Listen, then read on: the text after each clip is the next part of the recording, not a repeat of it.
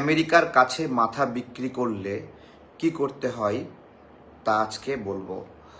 এক গাদ্দারকে দেখাবো। সেই গাদ্দারকে দেখেন, জর্দানের প্রধান। এই গাদ্দার তার ভূখণ্ডকে, জর্দান ভূখণ্ডকে ইসরায়েল আমেরিকাকে ব্যবহার করার জন্য উন্মুক্ত করে দিয়েছে এবং ইসরায়েলের বিরুদ্ধে যেন ইরান এই জর্দানের ভূখণ্ড ব্যবহার করতে না পারে সেজন্য সে ব্যবস্থা নিয়েছে। একজন মুসলিম রাষ্ট্রপ্রধান যে আমেরিকা এবং ইসরায়েলের কাছে বিক্রি হয়ে গেছে, জর্দানের প্রধান এক গাদ্দারকে আপনারা দেখেন। তো এইটাই, আমেরিকার কাছে যখন কারো মাথা বিক্রি হয়ে যায় তখন এইভাবেই সে বাধ্য হয় গাদ্দারি করতে, বাধ্য হয় এবং ডিক্লারেশন দিয়ে, ঘোষণা দিয়ে সে এই গাদ্দারিটা করছে। আজকে এই কথাগুলো বলার কারণ হলো, ইরানে সাম্প্রতিক সময়ে তাদের সেনাবাহিনীর প্রধানকে যে হত্যা করা হলো, এইটা ঘটলো কিভাবে, এই তথ্যটা দিয়েছে কে ইরানকে, মানে ইসরায়েলকে এই তথ্যটা দিয়েছে কে, অ্যাকচুয়াল রোড ম্যাপটা করেছে কে। একটা প্রজেক্ট আছে I2U2 প্রজেক্ট। এই প্রজেক্টের আন্ডারে আপনার ইরান যৌথভাবে সেখানে ভারতের অংশীদারিত্বে তাদের বন্দর পরিচালনার দায়িত্ব দেয়। যেমন বাংলাদেশ বা ডক্টর ইউনুস ডিপি ওয়ার্ল্ডকে দায়িত্ব দিচ্ছে। তো এইরকম একটা প্রজেক্ট ইরানেও রয়েছে।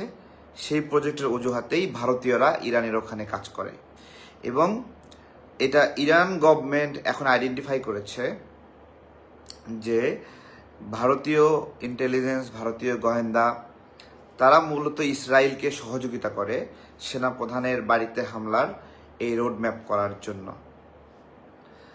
তো আসলে এই যে দুবাই, ইসরায়েল, আমেরিকা, ভারত, এরা একটা কাছাকাছি জোটভুক্ত একটা রাষ্ট্র। আপনারা যারা প্রবাসী ভাইরা আছেন তারা এটা খেয়াল করবেন, দুবাই কিন্তু বাংলাদেশি অথবা পাকিস্তানি মুসলিমের চেয়ে ইন্ডিয়ানদেরকে বেশি অগ্রাধিকার দেয়। আমাদের দুবাই যে প্রবাসী ভাইরা আছে তাদের দৃষ্টি আকর্ষণ করছি, আপনারা আজকে সাক্ষী দিবেন। এই যে দেখেন, জোটভুক্ত হয় যে এই যে দুবাই, ইসরায়েল, আমেরিকা, ইন্ডিয়া জোটভুক্ত হয়, এই জোটভুক্ত হওয়ার মাধ্যমে প্রত্যেকের স্বার্থ রক্ষা করতে বাধ্য। ঠিক একইভাবে ওই একই জোট অ্যালায়েন্স জর্দান, যে জর্দানের আকাশ সীমাকে ইরানের বিরুদ্ধে ব্যবহার করার জন্য আমেরিকাকে, ইসরায়েলকে উন্মুক্ত করে দিছে। আর ইরান ওই আকাশ সীমা ব্যবহার করলেই সঙ্গে সঙ্গে ইসরায়েলের কিছু করতে হচ্ছে না, জর্ডানে ওটাকে ক্র্যাশ করে ফেলছে। বাংলাদেশের নৌবাহিনীর একটা অংশ জাতিসংঘ মিশনে সার্ভিস করে, যাদের মূল কাজই হলো হামাসের কাছে যেন অস্ত্র না যায়, এজন্য ওই সাগরের ওখানে পাহারা দেওয়া। তো দেখেন, আপনি যখন ইন্টারন্যাশনাল কোনো সুবিধা নেবেন তখন আপনাকেও ওরা এমন কিছু করাতে বাধ্য করবে যেটা আপনার স্বজাতির বিরুদ্ধে অস্ত্র হিসেবে যাবে। আজকে ডিপি ওয়ার্ল্ডের কথা বলছি। ডিপি ওয়ার্ল্ড একটা দুবাই ভিত্তিক প্রতিষ্ঠান। এই তো আমি যখন প্রথম বলেছিলাম, আমি জানি না আমাদের আগে কোনো রাজনৈতিক দল এই প্রক্রিয়া নিয়ে সমালোচনা করেছে কিনা। আমি প্রথম যখন বলেছিলাম তখন আমার শুরুটাই ছিল এরকম যে ডিপি ওয়ার্ল্ড আমেরিকান নেভির নিরাপত্তা সহযোগী একটা প্রতিষ্ঠান। ওই একই I2U2 প্রজেক্টের আওতায় এই বিজনেসটা এভাবে চলে, পরস্পর সহযোগিতা এবং পরস্পরের স্বার্থ রক্ষা। সেই ডিপি ওয়ার্ল্ড এবং ওই যে ইরানের বন্দর ব্যবস্থাপনায় যেরকম ডিপি ওয়ার্ল্ড বা এই ধরনের প্রতিষ্ঠান দিয়ে ভারতের এন্ট্রি হয়েছে, ঠিক একইভাবে ডিপি ওয়ার্ল্ডে বাংলাদেশে যারা কাজ করবে এদের মেজরিটি, ধরেন 80% হলো ইন্ডিয়ান এবং এর মধ্যে ইসরায়েলি নাগরিকরা আছে, এর মধ্যে আমেরিকান নাগরিক আছে, এর মধ্যে দুবাইয়ের এই 2-3 জন, 4-5 জন এরকম ম্যানেজমেন্টে আছে। তো এই হলো ডিপি ওয়ার্ল্ডের বন্দর ব্যবস্থাপনা। আমি আজকে এই যে জর্ডানের যে প্রধান, এই যে দালাল দেখেন, আমেরিকার দালাল, ও যেরকম ভাবে ইরানের বিরুদ্ধে তার ভূমিকে ব্যবহার করতে দিচ্ছে আমেরিকাকে, ইসরায়েলকে, ঠিক একইভাবে এখানে এই ভূখণ্ডে যখন আমেরিকা ঢুকবে না, যখন এখানে আমেরিকা ঢুকবে, ইসরায়েল ঢুকবে, ডিপি ওয়ার্ল্ড, ভারতের কর্মকর্তারা যখন ওই আমাদের বন্দরে, নিউমরিং বন্দরে এসে খুঁটি গেড়ে বসবে, ভারত তো সরাসরি আর ঢুকতে পারতেছে না, যেখান থেকে আসে আমরা তারাই বের করার ব্যবস্থা করতেছি। তো জাস্ট ইরানের ওখান থেকে বাংলাদেশের নাগরিকদেরকে শিখতে হবে, জানতে হবে। আমরা সব তথ্য আমার কাছে নাই, সব তথ্য আপনার কাছেও নাই।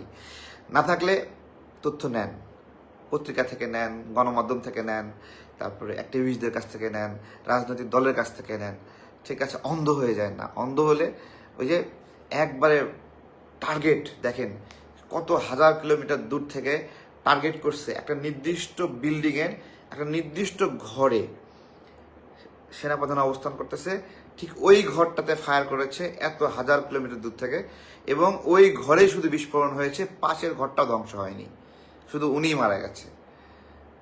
ঠিক আছে? এইটা কেবলমাত্র ইন্টারনাল আপনার হলো ভাইরাস ঢুকানোর মধ্য দিয়ে। ওই যে ইন্ডিয়াকে এখানে অ্যাক্সেস দিছে, ইসরায়েল তো সরাসরি ইরানে ঢুকতে পারবে না, ইন্ডিয়ার মাধ্যমে রোড ম্যাপ, অ্যাকচুয়াল পরিমাপগুলো মানে গণিতের সহযোগিতায় এরকম নিখুঁত ক্যালকুলেশন করবে। তো বাংলাদেশের ভিতরে ভারতীয় আধিপত্য, ভারতীয় আগ্রাসন, ভারতীয় এজেন্সি, ভারতীয় এজেন্ট তারা ঢুকলে হলো আমরা এই নিরাপত্তা সংকটে পড়ি। আমরা দীর্ঘদিন ধরে বলে আসছিলাম যে ভারতের এজেন্টদেরকে এখান থেকে একটা একটা করে বের করতে হবে। যদি না করতে পারি তাহলে আমাদের ওই একই রকম সমস্যা হবে।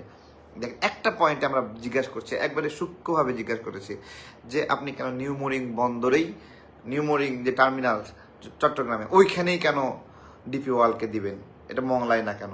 কোনো উত্তর দিতে পারে নাই। সরাসরি ডক্টর ইউনূসকে জিজ্ঞাসা করা হয়েছে, কোনো উত্তর নাই। 2 নম্বর বলেছি যে আপনি বিদেশিদের হাতে দিবেন তো, আচ্ছা বিদেশিদের হাতে ডিপি ওয়ার্ল্ডকেই কেন কমিটমেন্ট করলেন? তারা যে সেরা, এই মানদণ্ড আপনি কই পেলেন?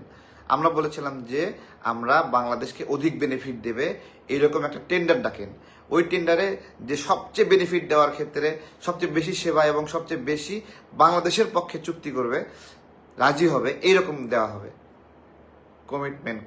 কমিটমেন্ট। তাহলে এইরকম কমিটমেন্ট হইলে এই যে জর্ডানের এই যে এরকম বলতে বাধ্য হবেন, আমেরিকা যা চাইবে ওটাই দিতে হবে তখন। ভালো থাকবেন সবাই, আসসালামু আলাইকুম।